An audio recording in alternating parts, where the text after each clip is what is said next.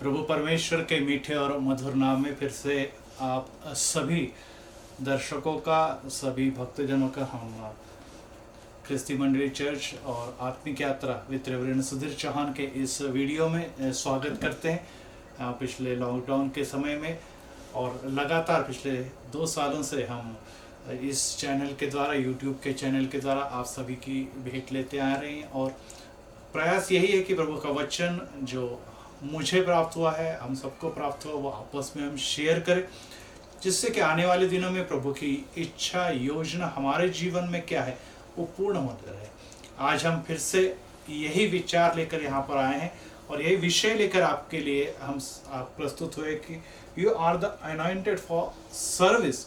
हम सभी जो यहाँ पर बैठे हुए हैं, सुनने वाले हर दर्शक जो है वो प्रभु यीशु की महिमा के लिए अलग किए हुए, बुलाए हुए उसके नुमाइंदा है और हम सबको एक अलग प्रकार की सेवकाई प्रभु में प्राप्त हुई है। निश्चित इस सेवकाई के बारे में जब हम कई बार विचार करते हैं तो हमें ऐसा लगता है कि ये पास्टर के रूप में है, कि एक पादरी के रूप में है, या एक प्रीस्ट के रूप में है, या किसी चर्च के एल्डर के रूप में, या अन्य किसी चर्च के। नहीं भाइयों, साथियों, मैं आपसे फिर से एक बार ये दोहराना चाहता हूँ कि आज का संदेश यही बताने के लिए है कि हम सभी, स्त्री पुरुष, बच्चे या जवान या वृद्ध, हर जो व्यक्ति प्रभु के नाम से अलग किया हुआ है, जो चुना हुआ है, जिससे बुलाहट प्राप्त हुई है, उसे किस प्रकार की कार्रवाई या किस प्रकार की सेवकाई करनी है। तो आइए हम आज के वचन की तरफ बढ़ते हैं और यूहन्ना रचित सुसमाचार उसका 21वां अध्याय और उसके वचन में हम आगे जाएंगे। और यहाँ पर आज हम जो पतरस है उसके जीवन के द्वारा कुछ बातें सीखने जा रहे हैं, कुछ बातें आपको बताने जा रहे हैं और हम में भी उसी प्रकार की सेवकाई मौजूद रहे, ये प्रभु की इच्छा है। तो आइए पहला वचन हम यूहन्ना उसके 21वें अध्याय से हम देखते हैं और प्रभु यीशु मसीह किस प्रकार से अपने इस सेवक को चुनते हैं। जलपान के बाद यीशु ने सिमोन पतरस से कहा, सिमोन यूहन्ना के पुत्र, क्या इनकी अपेक्षा तुम मुझसे अधिक प्रेम करते हो? उसने उन्हें उत्तर दिया, जी हाँ प्रभु, आप जानते हैं कि मैं आपको प्यार करता हूँ। उन्होंने पतरस से कहा, मेरे मेमनों को चराओ।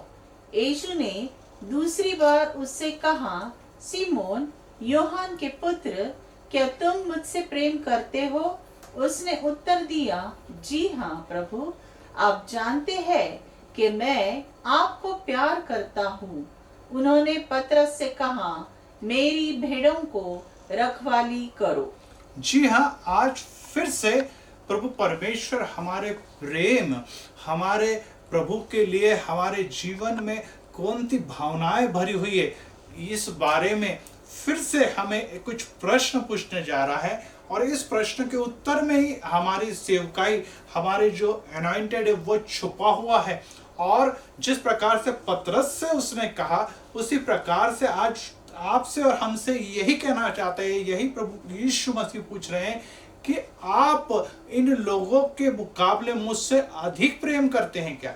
आपका प्रीति मुझ पर अधिक है क्या? और जो पतरस 3 बार प्रभु यीशु को यहाँ पर जब परीक्षा की घड़ी आई थी नकारने वाला था, उसे आज 3 बार प्रभु यीशु मसीह ने इसी प्रकार से बुलाहट के द्वारा यही कहा कि आप मेरे पीछे आइए, मेरे पीछे आइए। और तब ये प्रश्न भी पतरस पूछता है कि प्रभु जी इसका क्या, अर्थात जो यूहन्ना के बारे में वो पूछता है, इसके बारे में क्या? जी हाँ, जब हमें अनेक बार बुलाहट प्राप्त होती है, अनेक बार अनॉइंट करके प्रभु चुन लेता है उसकी भेड़, उसके मेमने चराने के लिए, या उसकी मेमने या भेड़ों को आगे ले जाने के लिए, तब कई बार हम अपनी तरफ न देखते हुए दूसरों की तरफ देखते कि प्रभु जी इनके बारे में क्या। जी हाँ, आज जो बुलाहट है, जो प्रभु यीशु मसीह के हम सबके लिए बुलाहट है, वो व्यक्तिगत बुलाहट है।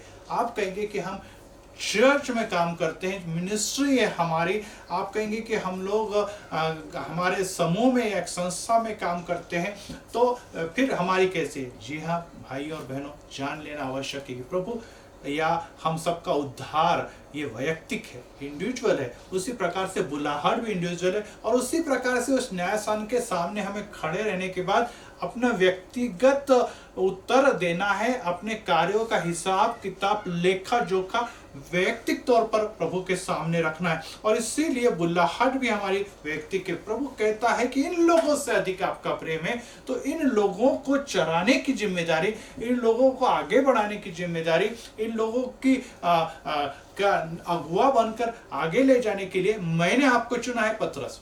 जी हाँ, आज हमें और आपको जो बुला रहा है, तो हमें ये प्रश्न नहीं पूछना है कि इन लोगों का क्या, क्योंकि इस प्रश्न में एक बात का उत्तर भी छुपा हुआ है कि जब वो पूछता है कि प्रभु इन लोगों का क्या, तब प्रभु तो कहता है कि तुझे इससे क्या, तो तुझे इससे क्या, तू मेरे पीछे हो ले, तुझे इससे क्या, तू मेरे पीछे हो ले। जी हाँ, प्रभु स्पष्ट शब्दों में उसकी बात को काटता है। तू उनकी तरफ मत देख, बुलाहट तेरी है, प्रेम तेरा है और सेवकाई तेरी है, और इस सब बातों को जानते हुए तू इनकी तरफ मत दे। क्योंकि तुझे भेड़ों को चराना है, तुझे भेड़ों की अगुवाई करनी है, तुझे भेड़ों को ट्रेन करना है, प्रभु में आगे बढ़ाना है। एक गडरिये के रूप में मेरे पश्चात एक बड़ी जिम्मेदारी मैं आपको चर्च के मंडली की दे रहा हूं, जिस पर जिस शिमोन पतरस पे यह मंडली या ये कलीसिया खड़े होने वाली है। तुझे इन लोगों से या अपने भाई यहाँ लिखा है कि यूहान से भी कोई मतलब नहीं है। तुझे जो करना है सिर्फ यही है कि तुझे मेरे पीछे हो लेना है। जिस प्रकार से यहाँ पर गडरिये के पीछे उसकी भेड़ें चलती है, मेमने चलते, उसी प्रकार से तुझे, मैं जो सर्वोत्तम गडरिया हूं, मेरे पीछे तुझे चलना है। विलियम बूथ के बारे में जब हम देखते हैं, शायद आपने इनके नाम को सुना होगा, एक बड़े संस्थापक जो इंग्लैंड से है, और इस बूथ के बारे में आपने जाना होगा कि साल्वेशन आर्मी इसके संस्थापक रह चुके हैं, और ये ब्रिटेन से हैं। और उनके बारे में जब कहा गया कि ब्रिटेन में ये कंपलसरी था कि वे पहले आर्मी या सेना में ज्वाइन होते थे और उसके पश्चात और भी कुछ काम कर सकते थे। आप भी सेना में थे, और जब सेना में रहते समय वे अपने सार्जेंट के द्वारा एक जिम्मेदारी उन्हें दी जाती है, और इसका उदाहरण देते हुए वे कहते कि मेरे सार्जेंट ने मुझसे कहा कि वस्तु यहाँ पर रखिए, इसे उठाकर उस गोदाम तक ले जाइए। इस वस्तु को आपने यहाँ से उठाना है और उस गोदाम तक ले जाना है। ऐसे समय में अगर मैं कहूँगा कि नहीं सार्जेंट साहब, मुझे थोड़ा सा विचार करना है, सार्जेंट साहब मुझे इस बारे में कुछ शंका है कि कैसे उठाना है, या सार्जेंट साहब मैं थोड़ा सा इसकी स्टडी करना चाहूँगा कि इसको उठाने के लिए और लोग कैसे काम करते हैं, मुझे देखने दो, फिर मैं इसे उठाऊँगा, तो निश्चित ही सार्जेंट के द्वारा मुझे अगला दिन नहीं देखना पड़ेगा, क्योंकि सार्जेंट जो आर्मी का वो मुझे तुरंत शूट कर देगा। ऑर्डर मीन्स ऑर्डर, हमें आज्ञा का पालन करना ही है। हम एक बार कहते कि प्रभु जी आप मेरे गडरिये हैं, मैं आपके पीछे चलता हूँ, मैं प्रभु आपसे प्रेम करता हूँ, आपके आज्ञाओं पे मैं चलता हूँ। लेकिन जब काम करने की बारी आती है, जब सेवकाई करने की बारी आती है, तो हम कहते हैं कि प्रभु जी अरे हमारा तो घर परिवार है, हमारे तो बाल बच्चे हैं, हमारे तो नौकरी धंधा है, उनका फ्यूचर और उनके करियर के बारे में मुझे सोचना है, मंदिर में दशमांश देने ना दान धन, जी हाँ मुझे तो पैसे की खुद कमी है, मैं कैसे दान दूँ, कैसे दशमांश दूँ, बाइबल पढ़ना, वचन पढ़ना, मुझे समय नहीं मिलता, मैं बहुत बिजी रहता हूँ, और ये सब समय जब मिलेगा तब मैं अपने मन मर्जी करूँगा। सुसमाचार सुनाना है तो ये अभी समय योग्य नहीं है, मुझे जब फ्री समय मिलेगा तब मैं करूँगा, और गरीबों की मदद और शत्रुओं का क्षमा, तो ये तो बहुत ही दूर की बात है। और ये सब बातें हम 10 बार सोचते हैं। हमारा सार्जेंट प्रभु यीशु मसीह है, और सार्जेंट के सामने अगर हम ये सब सबब या बातें रखते हैं, एक्सक्यूज रखते हैं, तो मैं यही कहना चाहूँगा कि क्या ये सार्जेंट सुनेगा? निश्चित ही वो नहीं सुनने वाला। और इसीलिए एक वचन यूहन्ना उसकी 14वां अध्याय में ये भूत के द्वारा जो आपने चित्र देखा उसके बाद कि आप अगर मुझसे प्रेम करते हैं तो किस प्रकार का जीवन आपको और मुझे प्राप्त होने वाला है। और इस प्रकार के जीवन के बारे में यूहन्ना रचित सुसमाचार उसका 14वां अध्याय में और वचन 15 और 16 में इस प्रकार से कहा गया है। प्रभु यीशु ने इस प्रकार से कहा है, यदि तुम मुझसे प्रेम रखते हो तो मेरी आज्ञाओं को मानोगे, और मैं पिता से विनती करूंगा और वह तुम्हें एक और सहायक देगा कि वह सर्वदा तुम्हारे साथ रहे। यदि तुम मुझसे प्रेम करते हो।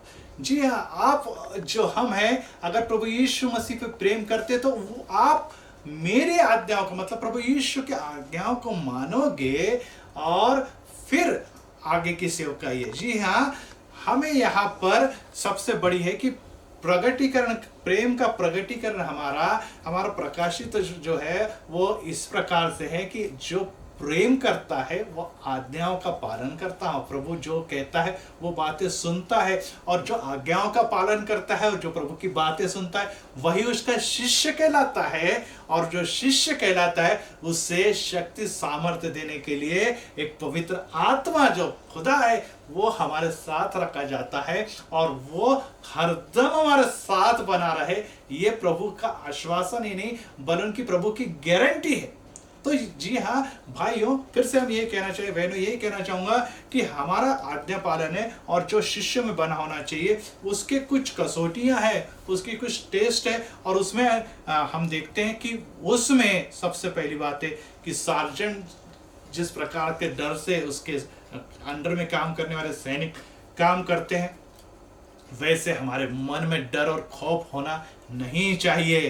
क्योंकि अनेक बार हम प्रभु के आज्ञाओं का पालन करते, जैसे इन दिनों में अगर कोरोना है तो हम आज्ञाओं का पालन कर रहे, बाइबल पढ़ रहे, प्रार्थना करें, क्योंकि हमें मौत का डर है कि कोरोना से में हम मारा ना जाए, हमारी मृत्यु करीब है, हम बुढ़ापे में हम डर जाते हैं कि प्रभु के सामने अभी हमें जल्द पहुंचना है, तो हमें सेवकाई या हमें प्रार्थना करनी है। अगर हम बीमार है तो हम बार बार घुटनों पे जाते हैं, अन्य लोगों से कहते हैं कि मेरे लिए, हमारे सबके लिए प्रार्थना कीजिए।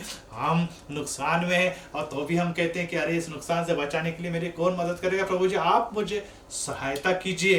अगर हमें नरक के बारे में डर है, खौफ है, शैतान से डर और खौफ है, तो भी हम प्रार्थना करते हैं। जी हाँ, आज्ञा पालन ये कभी भी खौफ या डर से होना नहीं चाहिए, नहीं तो ये सच्चा आज्ञा पालन नहीं है। दूसरी बात है, ये सिर्फ आज्ञा पालन है, कर्तव्य पालन नहीं। कई बार माता पिता का जो कर्तव्य है या मंडली के प्रति जो हमारा कर्तव्य है, वही कर्तव्य हम प्रभु के आज्ञा पालन में भी करते हैं। और जैसे कई बार हम ट्रैफिक का पालन करते, नियमों का पालन करते, क्योंकि ये हमारी ड्यूटी है, हमारा कर्तव्य है।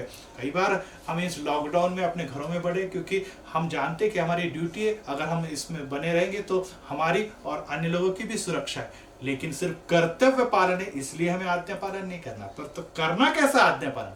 जी हाँ, हमें आज्ञा पालन करते समय हम प्रभु जी आपसे प्रेम करते हैं। प्रभु जी हम आपके पीछे चलना चाहते हैं। प्रभु जी आप जो कहे हम मानना चाहते हैं। और इस प्रीति के कारण, इस प्रेम के कारण जिस पिता ने अपने इकलौता पुत्र इस दुनिया को दिया, उसी प्रकार से हम भी अपना संपूर्ण जीवन आपको देना चाहते हैं। ये प्रेम, ये आज्ञा पालन हमें शिष्य बनाता है, और शिष्य को वचन कहता है कि उसे पवित्र आत्मा दिया जाता है। और इसीलिए जब वो यूहन्ना की तरफ देखता है और यूहन्ना की तरफ देखने के बाद वो कहता है कि इसका क्या, तो यूहन्ना के बारे में ये कहा गया है कि वचन कहता है कि 21वां अध्याय में उसमें इस प्रकार से कहा गया कि इसका क्या होने वाला है।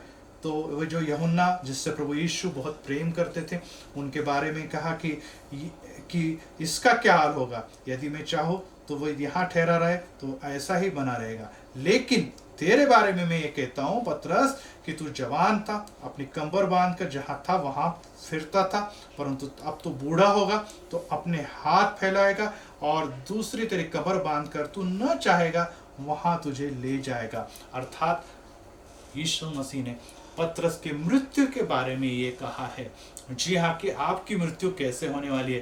जी हाँ, इन दुनिया में हम ये जान ले कि उद्धार जो है यह हमें मुफ्त में, फोकट में अगर अवश्य प्राप्त हुआ है, जिसके लिए हम कोई भी मोल नहीं दे रहे, लेकिन उद्धार पूर्ण जीवन जीने के लिए, ये साल्वेशन प्राप्त जीवन जीना ये कभी भी आसान नहीं है। उद्धार अगर प्रभु ने उसका मोल दिया, लेकिन हमें जो प्राप्त हुआ उद्धार, उसका जीवन यीशु मसीह का सूली या क्रॉस को लेकर उसके पीछे चलने के जैसा है। लेकिन आजकल जब अनेक सभाएं होती है, जिसमें आरोग्य की सभाएं होती है और जिसमें हीलिंग मिनिस्ट्री होती है, तो कई बार कहते हैं यीशु के पास आइए आपको चंगाई मिलेगी, यीशु के पास आइए सभी बीमारियां आपसे भागेगी, यीशु के पास आप आइए आपको नौकरी नहीं प्रभु नौकरी देगा, यीशु के पास आइए आपके पैसे की कमी वो पूरी करेगा, यीशु के पास आइए आपके चेकबुक या आपके मोबाइल या आपके बैंक अकाउंट में पैसे जमा हो जाएंगे, आपको सुख और ऐश्वर्य का जीवन मिलेगा, आपको प्रमोशन मिलेगा,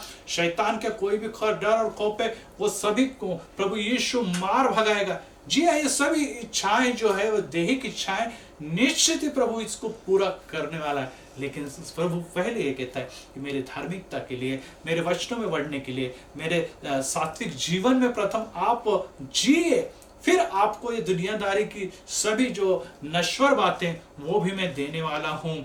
और कुछ वचन इसमें बहुत ही खूबसूरत है जिस पे हम ध्यान देंगे कि यूहन्ना 16वां अध्याय 33 वचन में कहा कि संसार में तुम्हें क्लेश होता है, परंतु ढाढ़स बांधो, मैंने संसार को जीत लिया है। जी हाँ, संसार में क्लेश है, लेकिन ढाढ़स बांधना है, मैंने संसार को जीत लिया है। यूहन्ना 16:33 में लिखा है। लूका 3:23 में इस प्रकार से लिखा है कि यदि कोई मेरे पीछे आना चाहता है तो अपने आपों से इनकार करे और प्रतिदिन अपना सलीब या क्रूस उठाकर मेरे पीछे हो ले। जी हाँ, मेरे पीछे चलना, क्रूस को लेकर चलना है। और मत्ती 10:34 में कहा, यह ना समझो कि मैं पृथ्वी पर मिलाप करने आया हूं, मैं मिलाप करने नहीं पर तलवार चलाने के लिए आया हूं। जी हाँ, इस बात से साबित होता है कि प्रभु कहता है कि मेरे पीछे चलना क्लेशमय मार्ग है, मेरे साथ चलना सूली को या क्रूस को लेकर मेरे पीछे चलना है। और मैं जिस घर में कहीं प्रवेश करता हूं वहां पर रिश्तों में यहाँ पर दरारें या फूट निर्माण हो जाती, क्योंकि आपको इस रिश्तों के मुकाबले मुझसे अधिक प्रेम करना है, मुझसे अधिक प्रेम करना है। जी हाँ, और कई बार हम उसके पीछे होते समय इस बात से, अपने घर से, परिवार से, धन संपत्ति, नौकरी से और दुनियादारी से ज्यादा प्रेम करते हैं। और प्रभु कहते हैं कि निश्चित ही आप मेरे शिष्य होने के लायक नहीं, योग्य नहीं, क्योंकि आप अपने रिश्तों को, दुनियादारी के रिश्तों को निभाने में ज्यादा इंटरेस्टेड है, परंतु मेरे साथ शिष्यत्व का नाता बनाने में आपको कोई भी रुचि नहीं है। और कई बार कहते प्रभु जी आ रहे, मैं अगर आपके पीछे जाऊंगा तो मेरे घर में बैर निर्माण हो जाता है, मुझसे पर लोग आरोप लगाते हैं और पहले जैसे संबंध दोस्ती के टूट चुके हैं। और प्रभु जी ये तो सब दुश्मनी जैसी हालात निर्माण हो रहे। नहीं प्रिय भाइयों, ध्यान में रखिए, हमें दुश्मनी करनी नहीं है, तो हमें यीशु मसीह के साथ प्रीति और प्रेम में और आगे बढ़ना है बनिस्बत अपने अन्य रिश्तों के। इन दिनों में जब लॉकडाउन चालू है तो हम सोशल डिस्टेंस करते हैं, मित्रों के साथ बैठना कम हो चुका है, मित्रों के साथ पार्टी ये कम हो चुकी है, मित्रों के साथ इधर उधर घूमना कम हो गया। क्या दरार निर्माण हो रही? यस, दरार तो निश्चित निर्माण हो रही, लेकिन मौत के डर से। लेकिन प्रभु के प्रेम के कारण अगर इस प्रकार की कुछ बीच में समस्या निर्माण हो जाती है और कुछ अंतर निर्माण हो जाता तो निश्चित ही अच्छा है, क्योंकि ये अंतर हमें प्रभु यीशु के करीब ले जाता है और उसके सेवकाई में आगे बढ़ाता है। इसलिए हमें जान लेना है कि हम इस दुनिया में निर्मित एक भाई के रूप में, एक बच्चे के रूप में, एक पति के रूप में, एक दोस्त के रूप में नहीं, तो हम प्रभु यीशु मसीह के नुमाइंदा के रूप में इस दुनिया में भेजे गए हैं। और अगर हम प्रभु यीशु के नुमाइंदा के रूप में अपना कार्य नहीं करते तो निश्चित हम दुनियादारी में खोए हैं और उसके शिष्य कहलाने के काबिल नहीं है। हम विलियम कैरी के बारे में अगर हम देखेंगे, इस चित्र को आप देखें कि जिसने एक महान मिशनरी के रूप में काम किया और उसको फादर ऑफ मॉडर्न मिशंस कहा गया है। उन्होंने कभी कई दुख, कई तकलीफें, उनकी नौकरी चली गई, भारत में प्रवेश करने के बाद उन्हें प्रवेश जल्द दिया नहीं गया, उन्हें खाने को नहीं मिला, उनका बेटा ये मर गया, उनकी पत्नी जो मानसिक रूप से बीमार थी उसकी सेवा में उन्होंने अनेक साल गुजार दिए। जो उन्होंने किताबें ट्रांसलेट की, लगभग 1/3 भाषाओं में बाइबल आपने दिया है, वो लिखते समय वो कई बार पानी में बह गए और नष्ट हो गए, फिर से उन्होंने लिखी परेशानी और इस सेवकाई में आत्मा भी वो कई सालों तक जीत नहीं पाए। और वो पूछ रहे होंगे कि प्रभु जी मुझे क्या मिला, न मुझे धन मिला, न मुझे सम्मान मिला, न मुझे मेहनत का फल मिला, न मुझे बाल बच्चों का और परिवार का सुख मिला, न मेरे मित्र मेरे साथ है, मेरा देश से मुझे अलग होना पड़ा और असफलता। लेकिन जान लीजिए भाइयों, उन्होंने कभी भी भरोसा जो था प्रभु का खोया नहीं, वो अपना शिष्यत्व बनाए रखा। आज वो शायद इस दुनिया में नहीं है, परंतु उनके द्वारा किया गया कार्य आज भी सिर्फ मसीहों में नहीं तो पूरे भारतवर्ष में, दुनिया में सम्मान के साथ लिया जाता है। तो ऐसे विलियम कैरी की तरफ अगर हम देखें तो हमें एक बात का पता लग जाएगा कि दुनियादारी से, दोस्तों से, परिवार से बढ़कर प्रभु यीशु की सेवकाई है। और इसीलिए प्रभु ने आपको बुलाहट के द्वारा चुन लिया है। और इसीलिए वचन की तरफ हम जाएंगे, यूहन्ना रचित सुसमाचार उसका 12वां अध्याय और 24वें वचन में इस बुलाहट के बारे में जब वो वचन प्रभु यीशु मसीह कहते हैं कि इस बुलाहट के द्वारा ये जो व्यक्ति है जिसे हम सेवक कहते हैं, मिनिस्टर कहते हैं, वो किस प्रकार से होता है। मैं तुमसे सच सच कहता हूँ कि जब तक गेहूं का दाना भूमि में पड़कर मर नहीं जाता वह अकेला रहता है, परंतु जब मर जाता है तो बहुत फल लाता है। गेहूं का दाना अर्थात आप और हम जब तक भूमि में पड़कर मर नहीं जाते, हम अलग नहीं हो जाते, जब तक हम अन्य दानों से अलग नहीं हो जाते, जब तक वो खुद के लिए, अपने जीवन आनंद और सुख के लिए मर नहीं जाते, तब तक आप अकेले हैं। पर जिस समय आप इन सब बातों से कट जाते हैं, विभक्त हो जाते हैं, अकेले पड़ जाते हैं, तब बहुत फल लाते हैं। जी हाँ, इन सब बातों से दूर होने का मतलब ही बहुतायत से फल देना। और इसीलिए जब बहुतायत से फल देने के लिए पतरस की तरफ वापस हम मुड़ते हैं तो पतरस को ये शायद मालूम था या उस समय वो मालूम भी नहीं था कि मेरा अंत कैसे होने वाला है। और पतरस बड़े दावे के साथ कहता है, पतरस बहुत गारंटी के साथ कहते हैं कि प्रभु जी अगर आपके लिए मुझे प्राण भी देने पड़े तो भी मैं पीछे हटूंगा नहीं, मैं आपको कभी नहीं छोड़ूंगा। यही पतरस रोमी सैनिक के खिलाफ बगावत करते हुए कान भी काट देने को तैयार हो जाता है। और कान काटते हुए वो ये दिखा देता है कि मैं अपने प्रभु से कितना प्यार करता हूँ। लेकिन प्रभु इस प्रकार के प्रेम से कभी भी खुश नहीं, क्योंकि वो खुद ही कहते कि मेरे आगमन के समय 3 बार आप नकारने वाले हो, 3 बार आप ये बताने वाले हो कि मैं इसे नहीं पहचानता, मैं इसे नहीं जानता। और ऐसे अवस्था में वे याजक के, महायाजक के उस मंदिर के सामने जब वो खड़े थे, उस मंदिर के सामने वे खड़े थे, तब वहां पर दिखाई दे रहा है कि एक अग्नि या एक वहां पर आग जलाई हुई थी, भट्टी जलाई हुई थी। वहां पर सेकते समय उस जाड़े के तपन की पतरस को अधिक आवश्यकता पड़ी बनिस्पत अपने प्रभु को स्वीकार करने के। वहां पर एक सेवक जो महायाजक का, वो कहता है कि आप उस प्रभु के सेवक में से थे। ये महिला जो थी वो भी उससे कहती है कि आप उसी में से को। लेकिन वो पतरस अपने गुरु अपने को ठुकरा देता है, कहता मैं इसे नहीं पहचानता, मैं इसे नहीं पहचानता। जी हाँ भाई और बहनों, कई बार दुनियादारी की तपन, दुनियादारी की मौज, दुनियादारी के क्षणिक सुख के लिए हम लोग अपने जीवन को प्रभु से दूर कर देते हैं। अपने सेवकाई को और अपने जो प्रभु के लिए दिए हुए अभिवचन से हम दूर चल जाते हैं।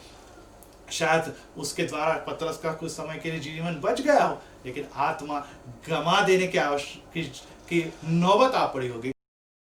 कई बार हम अपना जीवन जब बचाते हैं तो अपने आत्मा गंवाने के रास्ते पे पहुंच जाते हैं। जी हमारा जीवन जो है, वचन ये कहता है, पौलुस ये कहता है कि हमारा जो शरीर है वो जीवित बलिदान के रूप में प्रभु यीशु की सेवकाई के लिए हमें अर्पण करना है। हमारे जीवन को जीवित बलिदान के रूप में प्रभु के लिए अर्पण करना है, और यही हमारी सेवकाई भी है। और जब उसे इस बात का एहसास होता है कि मैंने अपने गुरु को धोखा दिया है, मेरे गुरु को मैंने जो कहा था कि सब पीछे हटे तो भी हटे, लेकिन मैं हटने वाला नहीं हूँ, वो बाहर जाता है और फूट फूट कर रो पड़ता है और कबूल देता कि यस प्रभु जी, आपने जो कहा वो ही सच था, मैंने 3 बार आपको ठुकराए दिया है, मैं आपका शिष्य कहलाने का लायक नहीं हूं। और इसीलिए आज जब हम कई बार प्रभु को ठुकरा देते हैं, अपने जीवन में कई बार गलतियां करते, रोकर पश्चाताप कर हमें प्रभु के करीब आना है, प्रभु हमें फिर से क्षमा करने के लिए तैयार है। जी हाँ, दुनियादारी में खोकर, रिश्तों में और नातों में बहकर और दुनियादारी की सभी मोहपाश में बहकर हम प्रभु से दूर चले जाते हैं। लेकिन प्रभु जी जो हमें बुलाता है, जो हमें चुन लेता है, जो बुलाहट के लिए हमें योग्य बनाता है, वो कभी हमें नहीं छोड़ता। वो हमारी बुलाहट को और हमारे आवाज को, हमारे रोने को, हमारे पश्चाताप को देखता है, हमें फिर से क्षमा कर देता है।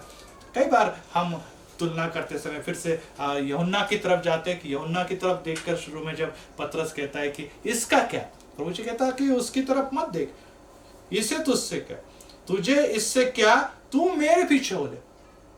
जी, इस दुनिया में रहते समय हम कई बार लोगों के बारे में सोचते हैं कि इसके घर में सुख है, उसके घर में सभी अच्छी बातें, मेरे पास नहीं है, तो प्रभु जी मुझे कब मिलेगा। अगर हम इब्रानियों उसके 11वां अध्याय 35 और 40 में कुछ छल या समस्या या कहेंगे कि अलग अलग प्रकार के परेशानियों से घिरे हुए लोगों की तरफ देखेंगे, तो उन लोगों ने अगर शद्रक, मेशक, अबेदनगो की तरफ देखा होता कि जो अग्नि कुंड में भी डाले गए फिर भी जीवित बचा लिए गए प्रभु यीशु के द्वारा, अगर उन्होंने दानियेल की तरफ देखा होता और वो सिंह के उस मांद में डाला गया और फिर भी सुरक्षित बाहर आ गया, अगर उन्होंने लाजर की तरफ देखा हो कि वो मर गया फिर भी प्रभु यीशु ने उसे जीवित उठा दिया, और हमें क्या, हमें तो प्रभु सिंह के मान से नहीं बचा रहा है, प्रभु हमें तो मृत्यु के जुबान के जबड़े से नहीं छुड़ा रहा है, प्रभु तो मुझे अग्नि में से सुरक्षित निकाल रहा है, और मेरे जीवन में है तो क्या। तो इस प्रथम मंडली की तरफ या आज भी छल और सभी प्रकार के संकट से जो गुजरने वाले लोगों की तरफ हम देखते हैं, तो वे निश्चित ही कुछ इसी प्रकार के संकट जो इब्री 11वें अध्याय में जो विश्वास करने वाले लोगों की यादी है या सूची, उसमें कुछ इस प्रकार से छले गए हैं। कई इकट्ठों में उड़ाए जाने और कोड़े खाने, वरन बांधे जाने और कैद में पड़ने के द्वारा परखे गए, पत्थरवाह किए गए और चीरे गए, उनकी परीक्षा की गई, तलवार से मारे गए, वे कंगाली में और क्लेश में और दुख भोगते हुए, भेड़ों और बकरियों की खाले ओढ़े हुए इधर उधर मारे मारे फिरे, और जंगलों और पहाड़ों और गुफाओं में और पृथ्वी की दरारों में भटकते फिरे। जी हाँ, कुछ लोग ठट्टों में, कुछ लोग कोड़े खाने में, कुछ लोग बांधे जाने में, कुछ लोग कैद में पड़े रहने में, कुछ लोगों को पत्थरवा करके मौत के घाट उतार दिए गए, कुछ को आरी के द्वारा चीर दिया गया। अनेक लोगों की परीक्षाएं तब और अब भी ली जा रही है, तलवार के द्वारा आज भी लोगों को मारा जा रहा है। आज भी जो विश्वास करने वाले लोग हैं वो कंगाली में जी रहे, क्लेश में, तकलीफों में, दुखों में जी रहे। कुछ लोगों को भेड़े और बकरियों के खालों में ओढ़कर अपना मृत्यु तक जीवन बिताना पड़ा, कुछ मारे फिर रहे थे। आज भी हम देख रहे हैं कि इसीस और इराक में और कई जगहों पर जंगलों में, पहाड़ों में, गुफाओं में लोग छुपे हुए हैं और अपने जीवन को बचा रहे हैं और भटकते फिर रहे हैं। उन्हें क्या मिला? उन्हें शद्रक, मेशक, अबेदनगो जैसा, दानियल के जैसा, लाजर के जैसा प्रभु यीशु क्यों न मिला?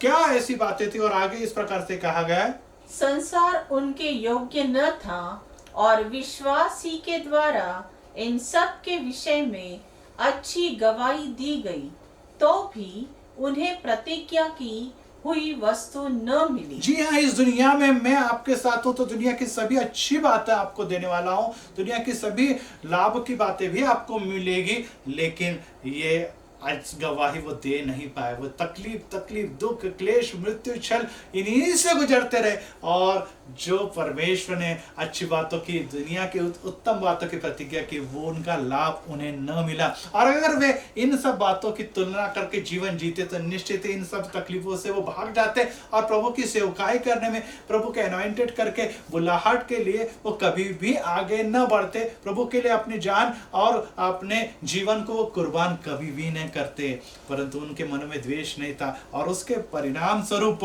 वे विजयी ठहरे। एक उदाहरण मैं देता हूं कि एक भाई मुझसे मिले जो चर्च के और मिशन की मिनिस्ट्री कर रहे थे, और मैंने कहा कैसी आपकी मिनिस्ट्री चल रही है? तो उन्होंने कहा कि पास्टर जी मैंने मिनिस्ट्री छोड़ दी है, मैंने ये नौकरी छोड़ दी है। मैंने कहा निश्चित ही आप मिनिस्ट्री छोड़ रहे हैं, प्रभु की बुलाहट को ठुकरा चुके हैं, तो क्या दूसरी जगह कहीं? नहीं नहीं, आज मैंने सोचा है कि अब इस प्रकार की प्रभु की मिनिस्ट्री में नहीं करूँगा।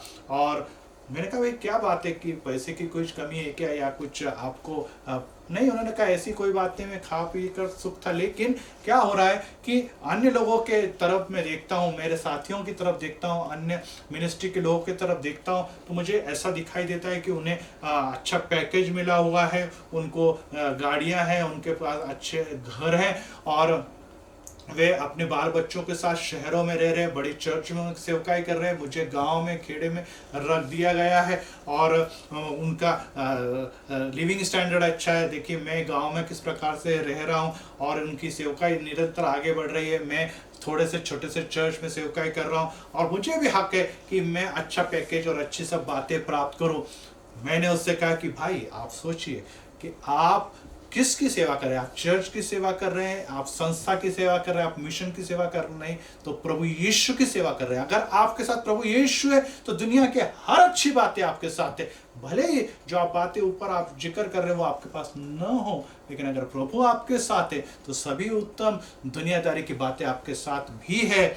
और फिर से हमें ये कहते हैं कि जैसे पतरस से कहा कि तुझे उससे क्या, तू मेरे पीछे हो ले, तुझे उससे क्या, तू मेरे पीछे हो ले। जब तक हम इन लोगों की तरफ देखेंगे, इससे कंपैरिजन करेंगे, तो हम कभी भी एक विश्वासु जीवन प्रभु यीशु और विश्वासु सेवकाई प्रभु के लिए नहीं दे पाएंगे। और इसीलिए हमें ये बात जान लेना भी जरूरी है। अब यहाँ पर हमें जब अंत दिखाई देता है कि एक चित्र यहाँ पर दिखाई देता है कि एक पीछे पतरस है और दूसरी तरफ हमें दिखाई दे रहा है कि यूहन्ना है। पतरस को ऐसा लगता है कि इस यूहन्ना का कितना अच्छा है कि वो पूरा अपना जीवन जीने वाला है, परंतु मेरे को सलीब पर जाना होगा, मुझे मरना होगा। लेकिन एक बात जान लीजिए कि इस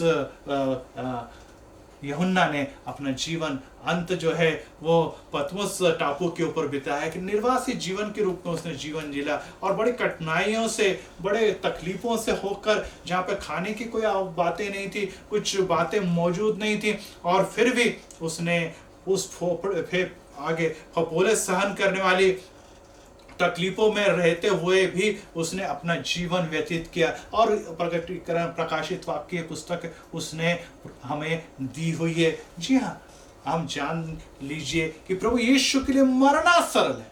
जैसे कि पतरस पीछे सूली पर उल्टा टांग कर मार दिया गया और वहीं पर उसके दुख तकलीफें समाप्त हो गई। लेकिन जो जहां पर देखिए पतरस कहता कि मेरे में काबिलियत नहीं है कि मैं प्रभु जैसा सीधा टांगा जाऊं, मैं उल्टा टांग कर अपने प्राण उस सूली पर देने के लिए तैयार हूं। और इस प्रकार से नम्र बनने वाला पतरस सामर्थ्य से भी भर गया था और बहुत बड़ी सेवकाई उसने मंडली के प्रमुख के रूप में दी। लेकिन अगर वो यूहन्ना की तरफ देखता है और उसे दिखाई देता है कि यूहन्ना ने अपना पूरा जीवन जिया, तो जी हाँ, उन्होंने बड़ी कठिनाई से निर्वासित, अकेलेपन का जीवन और सभी प्रकार की तकलीफ और परेशानी में जीवन जीते हुए उसने एक किताबों का लेखन करते हुए अपना जीवन जिया। और फिर से मैं रिपीट करना चाहूंगा कि मसीह के लिए मरना आसान है, लेकिन मसीह के लिए जीना, मसीह में जीना ये बहुत कठिन है। प्रभु यीशु मसीह ने भी अकेले रहते समय अविवाहित जीवन जिया। वो अकेला था,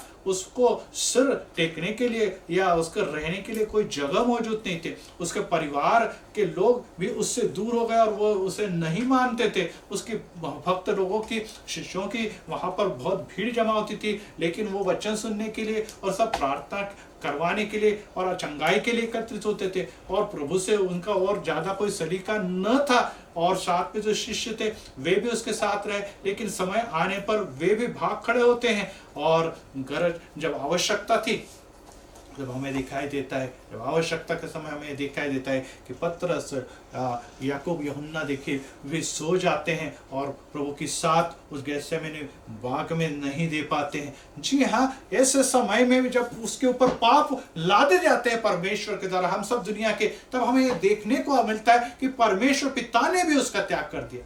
तो अब वो किसकी ओर देखे? तो अब वो किसकी ओर देखे? शिष्य उससे दूर है, सगे संबंधी उससे दूर है, दुनिया के सभी लोग उसके खिलाफ हो गए और हालात उसके विरुद्ध है, और सभी दैहिक सभी जो कहते हैं कि उसके सही सलामती उससे दूर गई, उसके कपड़े उससे छिन चुके, और लहूलुहान प्रभु देखे तो किसकी ओर देखे, उसके पिता परमेश्वर ने उसका त्याग किया। तो उसने जब देखा कि मेरी बुलाहट किसके लिए, जी हाँ, जान लीजिए ये बुलाहट मुझे क्यों मिली हुई है। इस दुनिया में रहते समय एक बुलाहट क्या है, वो मैं अपनी बुलाहट की तरफ देखूंगा। मुझे एक उद्धारपूर्वक जीवन के लिए चुना हुआ है, मैं उद्धारपूर्वक जीवन ही जीऊंगा। मुझे एक कार्य प्रभु परमेश्वर ने सौंपा हुआ, उस कार्य के लिए मुझे जीना है। मैं लोगों की तरफ नहीं देखूंगा, एक उद्देश्य से लेकर इस दुनिया में प्रकट हुआ, उस उद्देश्य को मेरा पूरा करना है, मैं उसी की तरफ देखूंगा। और प्रभु यीशु ने पिता को खोने के बाद भी इन सभी बातों को जब अपने नजरों के सामने लिया, तो उसने अपने कार्य को जो पिता ने उसे सौंपा था और हमारे सभी लोगों के प्रेम के लिए पूर्ण किया। हम किसकी ओर देखें? जी, हमें भी उसी प्रकार से लोगों की तरफ देखना नहीं है, अपने सगे संबंधियों की तरफ देखना नहीं, अपने दोस्तों की तरफ देखना नहीं, अपने काम करने वाले लोगों की तरफ या चर्च के लोगों की तरफ देखना नहीं, तो हमें भी अपनी बुलाहट की तरफ देखना है, हमारे प्रभु ने दिए हुए कार्य और सेवकाई की तरफ देखना है, और साथ में हमें उस सूली पे टंगे हुए प्रभु यीशु की तरफ देखना है, जिसने अपने कार्य को पूर्ण किया और अपने आत्मा को, अपने जीवन को प्रभु के और परमेश्वर के हाथ में सौंपकर फिर से एक नया जीवन, एक पुनरुत्थित जीवन प्राप्त किया। और उसी प्रकार का जीवन प्राप्त करना ही हमारी सेवकाई का भाग है। और इसीलिए जब हम आगे की तरफ बढ़ते हैं और पतरस की तरफ देखते हैं, और पतरस की तरफ देखते समय हमें एक बात कहते हैं कि पतरस से वो कहता है कि आप मेरी भेड़ों को चराइए, आप मेरे सभी प्रकार के मेमनों को पालिए, आप मेरे सभी मेमनों को चराइए। इस सब जिम्मेदारी देते समय प्रभु यीशु मसीह ने उससे एक नुमाइंदा या एक अग्र चलने वाला लीडर बनाया, उसे एक पास्टर करके काम दिया और एक इवेंजलिस्ट करके काम दिया, और इस सब काम में उसने व्यवस्थित रंग से पूर्ण भी किया हुआ है। आइए भाई और बहनों, हमें इस दुनिया में रहते समय शायद पास्टर का काम ना मिले, शायद इवेंजलिस्ट का काम ना मिले, शायद हमें चर्च का एल्डर का काम ना मिले, लेकिन हमें जो भी काम मिला है उस कार्य के द्वारा अगर हम अपने प्रभु यीशु को अपने जीवन में प्रथम स्थान देते, उसकी बुलाहट को जानकर जो भी कार्य हमको दिया उसके द्वारा परमेश्वर और प्रभु यीशु मसीह की महिमा करते, और जो पवित्र आत्मा जो हमें रख छोड़ा है, जो एक शिष्य होने के नाते हमें प्राप्त होता है, जो हमें सामर्थ्य से भरने के लिए हम में मौजूद है, उसको लेकर जब हम आगे चलते हैं तो निश्चित ही प्रभु की योजना, शिष्यत्व की योजना जो हमारे जीवन में है, अनॉइंटेड की योजना हमारे जीवन में, वो पूर्ण हुए बगैर नहीं रहेगी। ये लेवन कार्य के सादा कार्य नहीं है, मनुष्य को प्रभु के लिए जीना ये सबसे महत्वपूर्ण है। और इसीलिए जब हम उस खोली की तरफ देखते हैं जिसके अंदर यहाँ पर ऐसा लिखा हुआ है कि प्रकाशित वाक्य में कि परमेश्वर ने अपने पुत्र के लिए और अपने बच्चों के लिए एक जिम्मेदारी या एक जवाबदारी दी हुई है, परंतु जब पवित्र आत्मा तुम पर आएगा तब तुम्हें सामर्थ्य प्राप्त पाओगे, यरूशलेम, सारी यहूदिया और सामरिया में और पृथ्वी के छोर तक तुम मेरे गवाह बनोगे। जी हाँ, आप पर पवित्र आत्मा आता है तो आप हमारे गवाह बनते। पतरस ने सर्वप्रथम प्रभु यीशु को देखा, पतरस ने सर्वप्रथम प्रभु यीशु को देखा और उसे समझ में आ चुका था कि यस, हमारा प्रभु जो है वो जीवित खुदा है, जो मृत्यु पर विजय प्राप्त कर जीवित हो उठा है। अब बारी ये है कि प्रभु यीशु मुझे क्या कहना चाहता है, प्रभु यीशु ने मुझे किस प्रकार की बुलाहट दी, और प्रभु यीशु के मसीह ने उसे बुलाहट दी कि आने वाले दिनों में जब पवित्र आत्मा आप पर आएगा आपको इस प्रकार का सामर्थ्य प्राप्त होगा। और जब वे पेंटिकॉस्ट के दिन उस अटारी पर पहुंचे, उस ऊपर बने हुए उस रूम में पहुंचे, और वहां पर पवित्र आत्मा उस पर उतरता है, और उस पर पवित्र आत्मा उतरने के बाद यहाँ पर ऐसा लिखा हुआ है कि हर व्यक्ति के ऊपर आत्मा की जो जीवाएं हैं, आत्मा की जीवें जो हैं वो हर एक पर आकर ठहरी और वो पवित्र आत्मा से भर गए। जी हाँ, हर व्यक्ति को सिर्फ बुलाहट के बाद आत्मा, शिष्य है तो उसे आत्मा दिया जाएगा, लेकिन आत्मा की जीवाएं आज हम पर और आप पर अगर उतर चुकी हैं तो आने वाले दिनों में ये जिम्मेदारी हमारी बनती है कि हम उस आत्मा के दानों से भर जाए। और इसीलिए हमने अपनी बुलाहट को जान लेना है। यहाँ पर हमें दिखाई देता है कि उसके पश्चात पतरस जब उन लोगों को लेकर उस रूम पर पहुंचा, एक सामान्य एक मच्छी मारने वाला व्यक्ति जब वहाँ पर अगवा करके खड़ा होता है और आत्मा का सामर्थ्य उस पर उतर आता है, उसे सभी प्रकार के कार्य करने के लिए, मतलब उसकी लीडिंग एक लीडर के रूप में कहिए, एक पास्टर के रूप में कहिए, या मंडली की सेवकाई का नेतृत्व करने के लिए कहिए, या हम कहिए इवेंजलिस्ट के रूप में जो जिम्मेदारी उससे सौंपी वो पूरा करने के लिए वो जब तैयार होता है, तब हमें दिखाई देता है कि 3000 लोगों के ऊपर पवित्र आत्मा के द्वारा दिया हुआ वचन कार्य करता है, और वे सभी लोग आत्मा से भरकर यही कहते हैं और उनके हृदय छिन जाते हैं और वे कहते हैं कि हे भाइयों, हम क्या करें। पतरस ने उससे कहा कि मन फिराए, तुम में से हर एक अपने पापों की क्षमा के लिए यीशु मसीह के नाम से बपतिस्मा लो, तो तुम्हें पवित्र आत्मा का दान भी प्राप्त हो जाएगा। जी हाँ, बपतिस्मा लो, पश्चाताप करो, निश्चित है आपको पवित्र आत्मा का दान प्राप्त होने वाला है। और इसीलिए आज प्रभु यीशु मसीह आज फिर से हम आप सबसे कहना चाहता है कि अगर आपको अलग बुलाहट है, हम यूहान की तरफ न देखें, हम अन्य शिष्यों की तरफ न देखें, हम परिवार के लोगों की तरफ न देखें, हम अपने साथियों की तरफ न देखें। हमारी बुलाहट व्यक्तिगत है और इस बुलाहट को लेकर जब हम आगे बढ़ रहे हैं, जी हाँ साथियों, हम आगे बढ़ रहे हैं तो हमारी दृष्टि सिर्फ सूली पर टंगे हुए प्रभु यीशु मसीह और जो पवित्र आत्मा शिष्यत्व के रूप में तुम्हें और हमें प्राप्त हुआ, उसके अगुवाई में हमें आगे चलना है, उसके सामर्थ्य में आगे चलना है। और इसके द्वारा हम प्रभु परमेश्वर के लिए, प्रभु यीशु के लिए, जिस प्रकार से पहले ही यहाँ पे लेक्चर में, पहले ही प्रवचन में 3000 लोग जीते गए, ये कार्य निश्चित ही पतरस का नहीं था, ये काम शिष्यों का नहीं था, तो यह काम पवित्र आत्मा का था। जो कार्य यहाँ पर यरूशलेम से प्रारंभ होते, यहूदिया और शमरोन से होते हुए पृथ्वी के कोने तक आज पहुंच चुका है, उसमें हम और आप भी सहभागी होने वाले। तो आइए हम फिर से एक बार जान ले कि वो सामर्थ्य जो हम में है वो आज हम में बरकरार है या नहीं, सही में हम और आप प्रभु यीशु मसीह के लिए समर्पित है या नहीं, कि हम भी इन लोगों की तरफ देख के कहते हैं कि इनका क्या होगा प्रभु जी, इनका क्या होगा। जी नहीं, हमें इनका उनका कुछ करना नहीं, हमें एक ही जानना है कि प्रभु मेरा क्या होगा। और प्रभु कहता है कि तू मेरा सेवक है, तू मेरा नुमाइंदा, तू मेरा चुना हुआ है, तेरे द्वारा मैं अद्भुत काम करूंगा, क्योंकि आप मेरे दृष्टि से अमोल है और अमोल लोगों के द्वारा किया हुआ कार्य भी महान और अद्भुत होता है। आइए हम इस समय प्रार्थना करें, प्रभु के चरणों में जाएं और उस बुलाहट को सुने जो हमें पवित्र आत्मा के द्वारा फिर से जागृत कर रही है, फिर से पवित्र आत्मा के द्वारा हमारे दिलों को खोलने की। प्रभु, मैं अपनी बुलाहट से कई बार दूर चले गया हूँ, प्रभु जी मैं दुनियादारी की बातों में खो गया हूँ, मुझे फिर से तो अपने सूली के करीब, फिर से मुझे त्याग के लिए, फिर से मुझे अपनी दुनियादारी की बातों से अलग हटाकर आपके वचनों पर, आपकी आज्ञाओं पर, आपके पीछे केंद्रित करके प्रार्थना करें।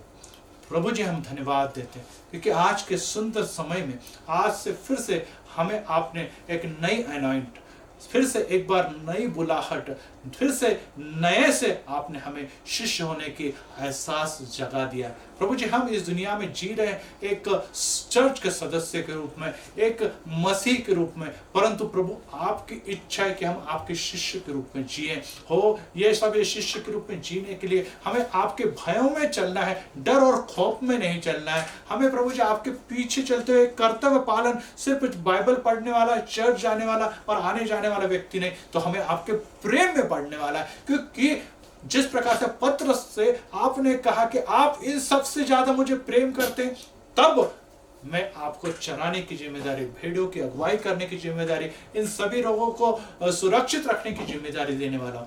जी हाँ प्रभु जी, आज हमारे प्रेम को आप देख रहे हैं कि हम आपसे कितना प्यार करते हैं। प्रभु जी अगर हम आपसे प्रेम करते तो हम आपके आज्ञाओं का पालन करते। परंतु अनेक बार हम दुनियादारी में खोकर दुनियादारी के सभी बातों के पीछे लग जाते हैं और आपके आज्ञाओं को भंग कर देते हैं। आपकी पीछे चलना से हम दूर हो जाते हैं और आपका मेमना और आपका गडरियापन के जो दिखाए हुए मार्ग से हम हट जाते हैं। प्रभु जी हमें क्षमा करें। जिस प्रकार से पतरस ने अपनी बुलाहट जो उसे लग रहा था कि शायद अब मुझसे निकल जाएगी, प्रभु जी मुझे छोड़ देंगे क्योंकि मैंने प्रभु का त्याग किया, लेकिन प्रभु जी मुड़कर जब उसकी तरफ देखते हैं वो अश्रु ढाता है और वो रोता है और पश्चाताप करता है, गुनाहों की कबूली देता है। प्रभु जी फिर से उसे क्षमा करके 3 बार ठुकराने वाले पतरस को नए सिरे से 3 बार बुलाहट या 3 बार उसको अपॉइंट कर देते हैं कि आपको मैंने चुन लिया है, मैंने आपको बुलाया था, इसलिए मैंने आपको कार्य दिया है। और उस पतरस ने जब अपनी सेवकाई को आगे बढ़ाया और जब पवित्र आत्मा वहां पर उतरा और वो खड़ा हो जाता है और पहले ही प्रवचन में